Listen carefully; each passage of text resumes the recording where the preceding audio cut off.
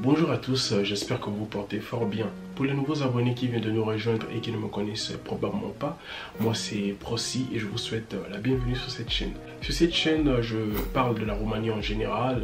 D'ailleurs, j'ai déjà fait une vingtaine de vidéos là-dessus. Vous pouvez toujours la regarder. Donc, merci pour vos abonnements, merci pour vos likes, vos commentaires. En tout cas, ça fait évoluer la chaîne. Merci encore. Bref, aujourd'hui, on va parler des appartements en Roumanie, de comment les trouver, à ce qu'il faudra vous y attendre. Bien qu'il y aura des similarités avec les appartements dans les pays où vous vous trouvez, on va aussi noter certaines différences qui sont propres à la Roumanie que je ne vais pas manquer de les illustrer. Donc, tout le long de cette vidéo, je serai un peu comme votre agent immobilier. Hashtag Procy, l'agent immobilier. La première catégorie des contrats dont je vais vous parler, ce sera ceux avec une longue durée de contrat pour y vivre plusieurs mois, voire plusieurs années. Imaginez vous voulez venir en Roumanie pour passer un bon bout de temps et donc vous avez besoin d'un appartement. Quoi faire? C'est vraiment pas compliqué. On va tout simplement se rendre sur Google et dans la barre de recherche on va écrire appartement d'Enchiriat, qui veut dire appartement à louer, suivi du nom de la ville, donc Bucarest, mais on va écrire en roumain București. Et là Google nous propose différents sites où on peut trouver des appartements à louer. Voilà. Par exemple, si je clique sur olx.ro, celui-là, bon, là ça m'a ramené dans l'application parce que j'ai l'application téléchargée. Voilà, ici on voit différents appartements qu'on peut louer. Mais si on veut filtrer, tout en haut ici, dans filtre, dans la première barre on nous demande si on veut un appartement moins cher, cher ou nouveau. Bon, on va d'abord cliquer sur moins cher, donc Yeftine. Dans la deuxième barre, la catégorie, bon, c'est déjà présélectionné, il s'agit des appartements, des garçonnières, tout ça à louer. Dans la troisième barre, il s'agit de la location. Bucarest, c'est déjà présélectionné, c'est bien. Et tout en bas, ici, on nous demande si on veut que ça soit en lei, en monnaie roumaine ou bien en euros. En euros, c'est déjà bien, c'est sélectionné. Et où c'est écrit prêt, en fait, on doit écrire à peu près à combien doit coûter l'appartement qu'on veut. Disons qu'on veut un appartement allant de 250 € à 400 €. Ensuite, on va lancer la recherche. Et là, on nous présente différents types d'appartements avec l'intervalle qu'on a choisi, bien sûr. Ici, je vois le tout premier, c'est à 335 €. Le second, ici, je vois à 399 €, 360 €, 250 €. Disons que le premier appartement nous plaît bien, le 350 €. On clique dessus et on a la possibilité de voir les images. Bon, là, je vois que c'est un salon. Un salon, il est super. Voilà, une petite table. C'est toujours le salon. Là, je crois que le canapé, il est extensible. Là, c'est la cuisine, salle de bain. Voilà, il y a même un balcon.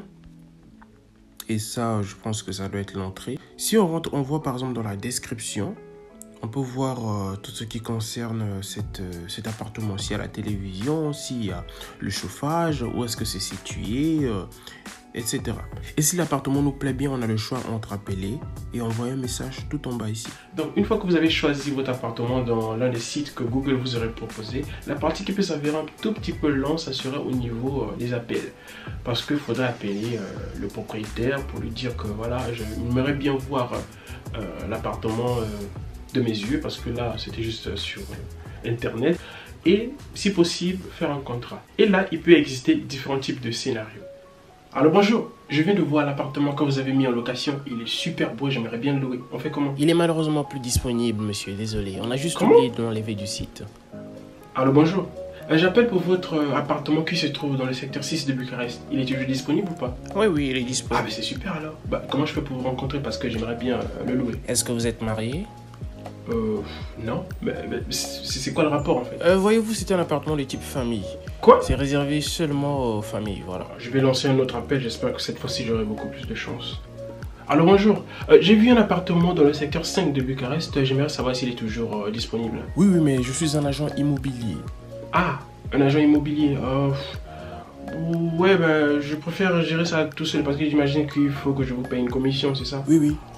Oh, non, merci.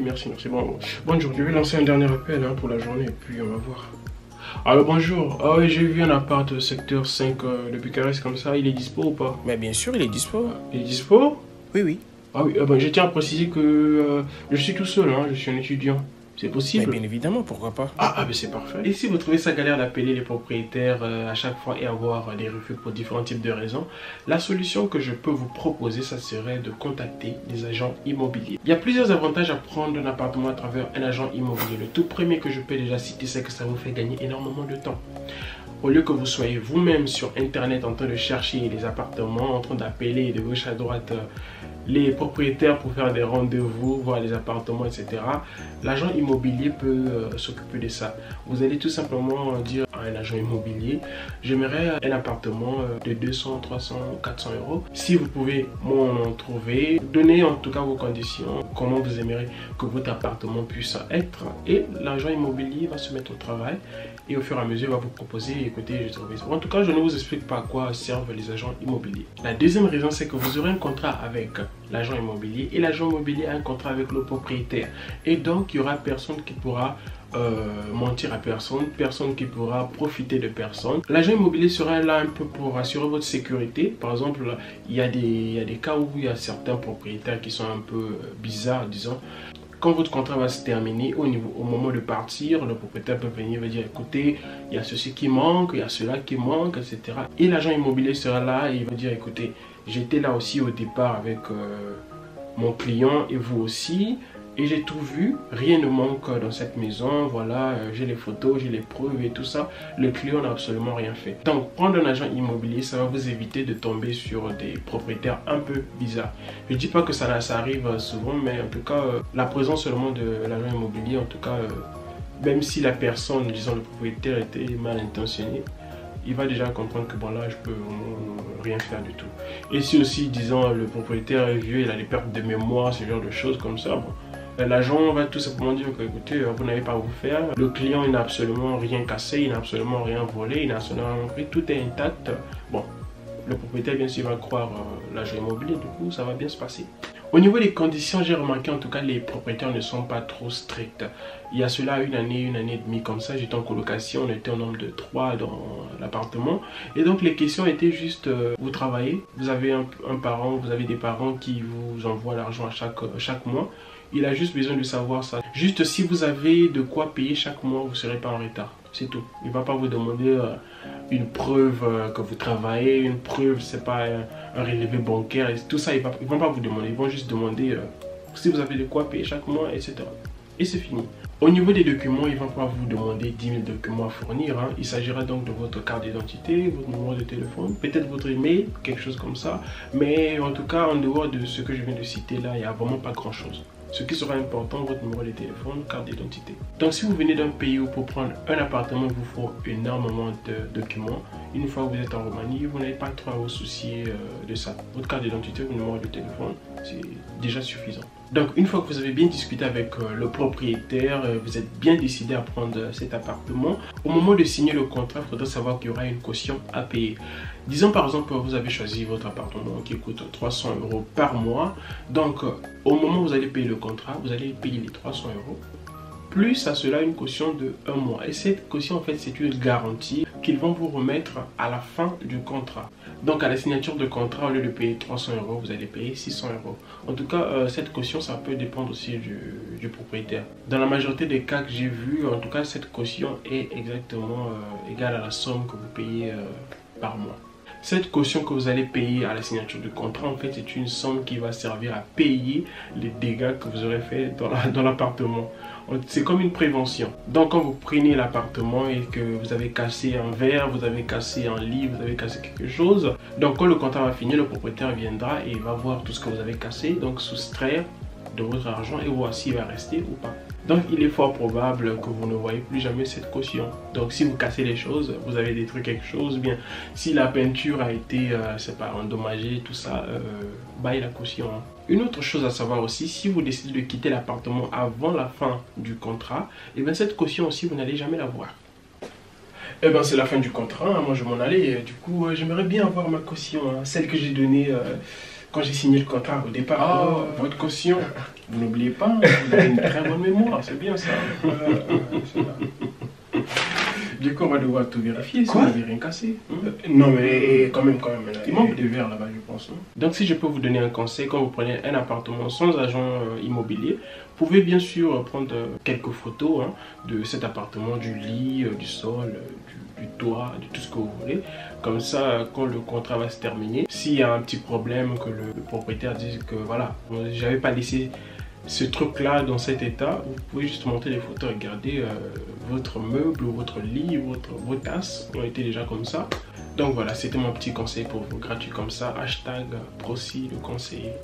Une autre chose que je trouve important que vous puissiez savoir, le propriétaire il a le droit ici en tout cas de venir de temps en temps s'il veut, vérifier un peu l'état des lieux, si vous n'êtes pas déjà en train de détruire ces meubles, etc. Mais ne vous inquiétez pas, la plupart d'entre eux ont certainement la flemme de venir, voilà, de quitter chez lui, de venir juste vous rendre visite comme ça là.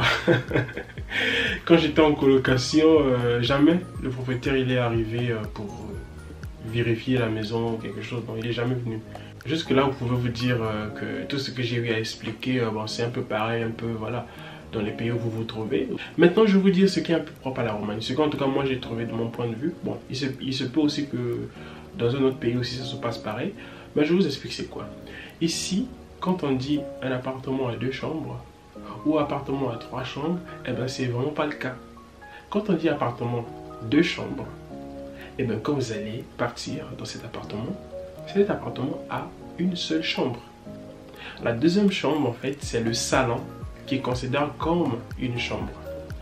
Il considère comme une chambre parce que dans la plupart des appartements, le fauteuil, le canapé, en fait, il est extensible, c'est les canapés lits. J'aime bien la déco, en tout cas, c'est spacieux, c'est super bien. Mais par contre, il y a un petit problème. Dans le site, j'ai vu, c'était écrit 2 chambres. Mais là, je vois qu'une seule, elle est passée où l'autre? Ben, vous êtes dans la deuxième chambre. Hein. Comment? Oh, une chambre. Le salon est une chambre aussi. Donc, quand ils disent 2 chambres, c'est une chambre avec le salon. Quand ils disent 3 chambres, c'est 2 chambres avec le salon. Et maintenant, on va parler de la deuxième catégorie des appartements à louer ici en Roumanie. En fait, c'est un système Airbnb, si vous connaissez. C'est-à-dire que vous venez en Roumanie juste pour une journée ou 2, ou peut-être une semaine. Au lieu, par exemple, d'aller à l'hôtel, ce genre de choses. Vous pouvez prendre un appartement, c'est tout un appartement, c'est-à-dire qu'il peut y avoir une chambre, salon, vous avez votre bain, le balcon, etc. Et vous êtes beaucoup plus à l'aise. En tout cas, ce sont des appartements à régime hôtelier. J'ai déjà fait une vidéo là-dessus, c'est l'une de mes toutes premières vidéos sur la chaîne. Je vais mettre le lien dans la description, vous pourrez la regarder. Les gens ont l'habitude de prendre ce genre d'appartements, par exemple, pour être avec des amis, pour être en amoureux, pour passer les fêtes, ou juste pour s'évader, peut-être à la maison. On est en famille, c'est peut-être trop bruyant, on veut un peu d'intimité, un peu rester voilà, dans un cadre où on est un peu seul, réfléchir, écrire un livre, tout ce que vous voulez. Et comment trouver ce genre d'appartement? Ben, c'est exactement la même chose comme celui qu'on a vu tout à l'heure. Vous allez juste sur Google et au lieu d'écrire appartement d'Inkeriat, vous allez plutôt écrire Casare suivi du nom de la ville où vous voulez prendre votre appartement. Et les prix vont varier entre 20 €, 25 €, 30 € en montant. Et ces prix-là, il faudrait savoir, c'est que ça se paye par nuit. Donc chaque nuit que vous payez, si par exemple vous avez pris un appartement à régime hôtelier à 20 €, ça sera 20 € chaque nuit que vous allez passer dans cet appartement-là. Et attendez-vous bien sûr à ce que les prix puissent être variés en fonction des saisons. Par exemple, entre août et juillet dans la région de Constanța, les prix seront un peu élevés parce que voilà, il y a déjà... C'est la mer Noire. Oui. La mer Noire là-bas, donc il y aura beaucoup de touristes qui vont y aller pour profiter de la plage, etc. Et un peu partout dans le pays, les prix seront un tout petit peu élevés parce qu'on est bien sûr dans la période des fêtes, donc Noël et le Nouvel An. Bon, dites-moi un peu, comment est-ce que vous avez trouvé Proci, l'agent immobilier? Vous avez trouvé ces informations utiles? Vous avez aimé la vidéo? Si c'est le cas, dites-les moi dans les commentaires. On se retrouve donc prochainement pour une nouvelle vidéo. Arrivederci.